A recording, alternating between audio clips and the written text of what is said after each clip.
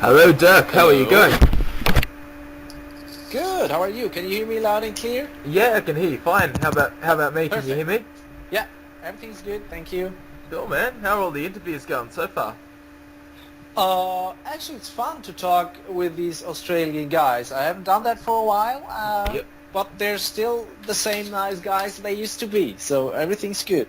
Yeah, cool. Do you know if you got many fans down here in Australia? Have you got to play here before? I'm not sure if I've seen you guys play yet. We haven't had me there a few times. I mean, it's not. I would say we're huge down there, but there are a lot of fans down there. And yeah, I would love to come back because it's one of the greatest spots in the world I've been. And Yeah. no ass kissing. It's my my honest opinion. Oh yeah, yeah. It's always fun. I've seen a lot of German bands are coming through lately. I saw Halloween not long ago, and a lot of other great bands coming through as well. Yeah, it'd definitely be cool to see you guys play again. Yeah, we gotta work on that. Yeah. Now, you've got a new album coming out. Well, it's kind of like a big package. It's DVD, some new songs. There's like a greatest hits section. It's called Monuments. It's celebrating 25 years of EDGUY. Can you tell us a bit about the new, compilation you've put out? Yeah, of course. I mean, yeah, we had to make up our mind about our 25th anniversary, in a way, and so we sat down and yeah, started brainstorming what we can do, what we could do, what other bands usually do, and then we said, okay, if we do it, we got to do it right because we got to create a birthday present for us and for the fans, and this has to be a worthy thing because it's 25 years. It's a long time, and then we started, of course, collecting songs and thought about can we put those two record companies together that are involved to make it happen that all the songs are on the record that we want to, which worked pretty good. And then we started checking the video archives if there's something we could use or could add as a real bonus, because we remembered that DVD we shot in Brazil, but due to some technical problems and camera shit going on with the company that was responsible back then, we weren't sure if it's possible to repair or recut or redo it, and we gave it to a company in Germany that was responsible for the video clips of EDGUY on the last records, and they said, hey, okay, it's not perfect, but it's absolutely okay and definitely worth to overwork, and so we did it. And in between, we came up with the idea, okay, if we do it best of thing, it's okay for the last 25 years, but we're still alive, and we haven't split up, and there's much more to come. So why don't we just try to do some new songs as well? And it was really a long-term plan. But so we said, okay, let's check what we got, and everybody was checking his demos and recordings he did at home, and the turnout was like 5 new songs that are pretty diverse. Yep. And pretty good, and pretty good, yeah, let's say statement what's EDGUY in 2017, and in addition to all these other songs, you get a perfect overview of the last 25 years of EDGUY. Yeah, well, I heard your new song called Raven Black, which is a lyric video, which is very cool. It's a very catchy song. It's definitely represents everything you're about. Thank you. Yeah, how did the writing for that song come about, and what was the plan? With these 5 new songs, just kind of representing everything that you guys are known for. Really, is that what your plan was? Oh well, actually, the plan was to have 5 good songs. Yeah. And not really exactly, we have like 2 mid-tempo songs, 1 fast song, 1 ballad or whatever. So we just collected the 5 best songs we could do at the time, and that was turnout. Yeah, cool stuff. Now, as we're saying, you've been around 25 years, but you started the band when you were very young. I think you're like 14 or 15. What were those first initial EDGUY years like, and how many years did it take before you guys had a big audience and you're playing big shows and doing records and stuff like that? Well, yeah. First of all, we started as a school band at the age of 14, and I mean, of course, you started, or you thought about, okay, if I look at the bands I like, which was like rock bands, of course. Of course, it's the big aim to be like this. But first, we started doing cover songs, and yeah, after a couple of months, we started doing own songs, and then we started playing. The first show we played was at a school party, and the second show was played at my sister's 18th birthday, Yep. and stuff like that. And then there was like a little scene here in Fulda with a bunch of bands that played the same style of music, a bit more modern metal style back then, but we played with them or supported them. And yeah, for some reason, step by step, we got bigger and bigger and managed to play outside the Fulda area, and yeah, managed somehow to play shows in all over Germany, and somehow managed to get a record deal, and somehow managed to play outside of Germany, somehow managed to play all over Europe, and it just, yeah, got better step by step. And yeah, the thing is, if you keep focused, Yeah. and work hard, it pays out someday, I guess. Yeah. And then when you guys kind of, your initial years was kind of the mid-90s, and you think of all the bands that were popular then, well, especially in Australia, it was very much grunge with, Nirvana and Pearl Jam, and then later with, like, Limp Bizkit. Was there a big demand for power metal in Germany in the mid-90s, or was it a bit, the scene a bit different over there?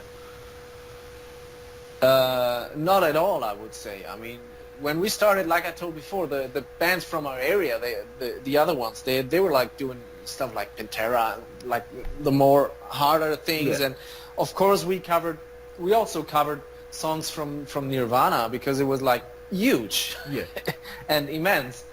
But for some reason, we stuck with the classic rock metal thing we started, and it was the thing we felt to do, so we just did it. And the good thing was that there was this little power metal wave in the late 90s, Yeah. that brought the music back to bigger audiences. And that was luck that we've been there, and we've kept doing stable kind of music, because if we would have started something different because it wasn't hip, yeah, it wouldn't have worked maybe.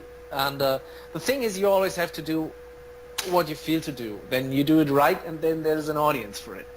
And if you take a look at classic rock and metal, or this music in general, it's the most stable music besides classical music maybe, and the biggest scene on this earth. So some guy I did an interview with yesterday said you gotta have it in your DNA somehow. Yeah. Even if you're either if you're a fan or a musician, and this stays for life, I think. Yeah, definitely, man. I've been, heavy metal fan since I was about 13 or 14 now, and I've never outgrown it. It's never got boring for me. I'm always, Yeah. finding new bands that I love. Exactly. Our, recently, Chris Cornell passed away. Just wondering, were you a big fan of Soundgarden, Audio Slave, the music that he put out?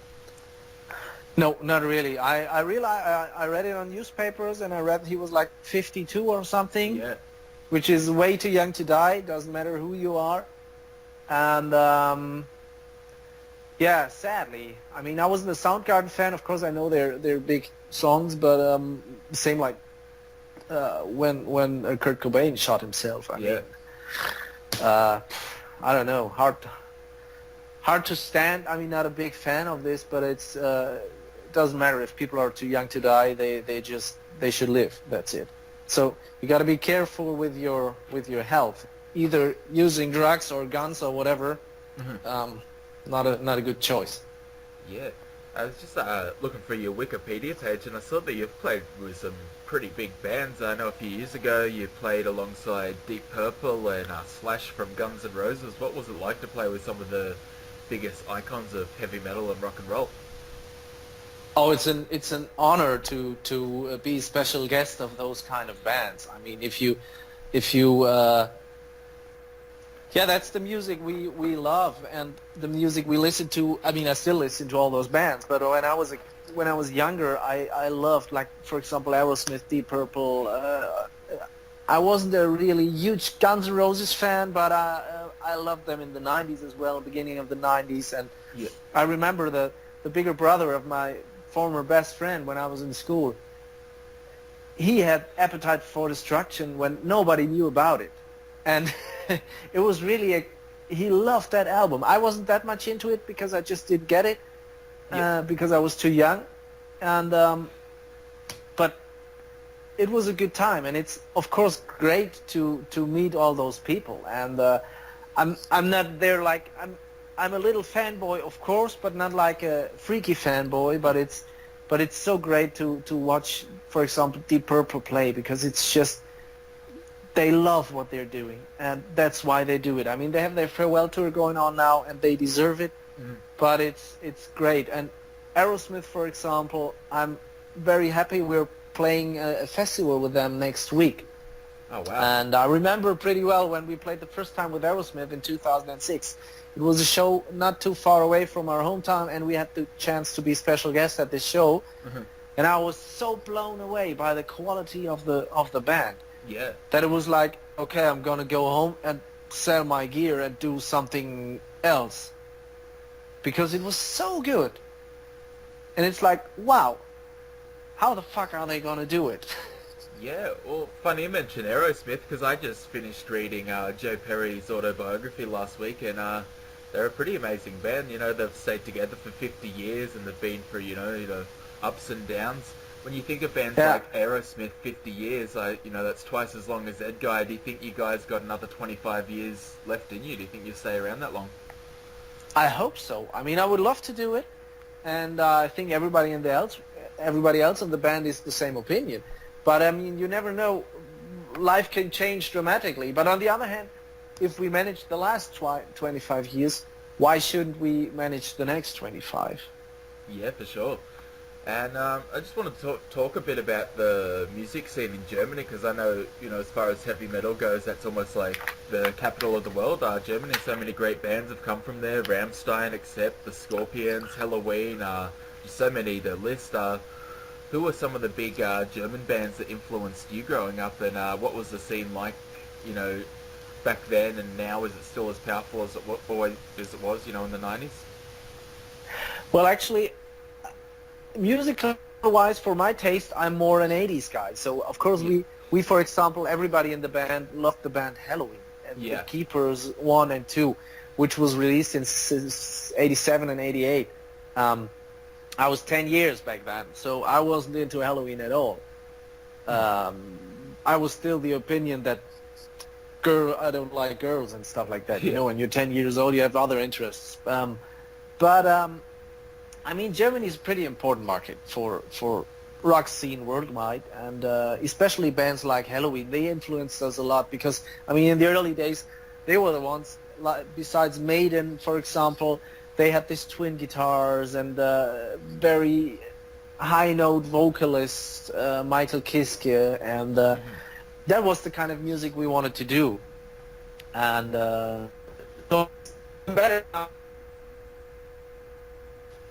It's a cool thing. I mean, Kai Hansen, for example, we've toured with him so many times. Like, we've been on tour with Gamma Ray in 99, or with Iron Savior in 98, he was playing there as well. Then in 99 with Gamma Ray, then we did so many shows together. He was supporting EDGUY with Unisonic on the last European tour and in Japan, and it's a bunch of good people from my point of view. Yeah, for sure. Hello? Yeah, I can still hear you. Yeah, cut out just for a couple of seconds, but it's good now. Okay. I'll just finish up with one question. As you said, you're doing a big festival coming up, I think it's next week, with Aerosmith. I'm just wondering, what are your tour plans for 2017, 2018? Is there some big stuff coming up on the radar? Yeah, we're gonna do some festivals this summer in 2017. It starts next week with this Sweden Rock Festival. Then we play Masters of Rock in July. I think in Czech Republic. Yeah. Then Chad Festival in Poland. Yeah. Another one in Italy, and I think another one in Slovakia. And then we have a tour in Germany and Switzerland in September, October. And that's the rough plan so far, and we haven't made up our mind yet what's going on in 2018. So we finish this first, and then we'll decide. I mean, there might be some more festivals to come, either this or next year, but there's nothing confirmed so far, and we will see what the future brings. Yeah, and I know the last full-length album, that was 2014. Do you think there'll be another full-length coming up in the next year or two? I'm not sure in the next year, because we will release this one in July 2017, and Yeah. you got to be careful with your releases these days, and not to release too often. And first of all, you have to have the good songs to release an album, which shouldn't be decided by dates. It should be decided by the quality of the songs you're able to write. Yeah, definitely, man. Awesome. Well, I just want to thank you very much, Dirk, for taking your time out. You're welcome. Give me a Thank call. you. You know, we appreciate it down here in Australia. We love what you're doing. Happy to promote everything you ever do on our website. It's sticksforstones.net if you want to check it out, and I'll also post it with links on Instagram and Twitter and all that kind of stuff too. Okay, cool. Thanks. Yeah, great. Awesome, man. Well, I hope you enjoy the rest of the interviews. Yeah, it's just one more to go. Oh no, two. I have another one tonight, but this morning it's just one more, and then I'm good. Thank you. Well, cool stuff. Perfect. Well, good luck with the new album, Monuments. Thank you. All right. Well, Have a nice. It's night, right? Yeah, Where are you it's from? 6:40 p.m. here in Australia. Okay, it's 10:40 here in Germany AM. So is it 8 hours? No, 7. Yeah, it's something around that. No, 8. 8 Yeah. hours. Okay. So have a good night. Yeah, then. thank you very much. Enjoy your day. Thank you. Bye.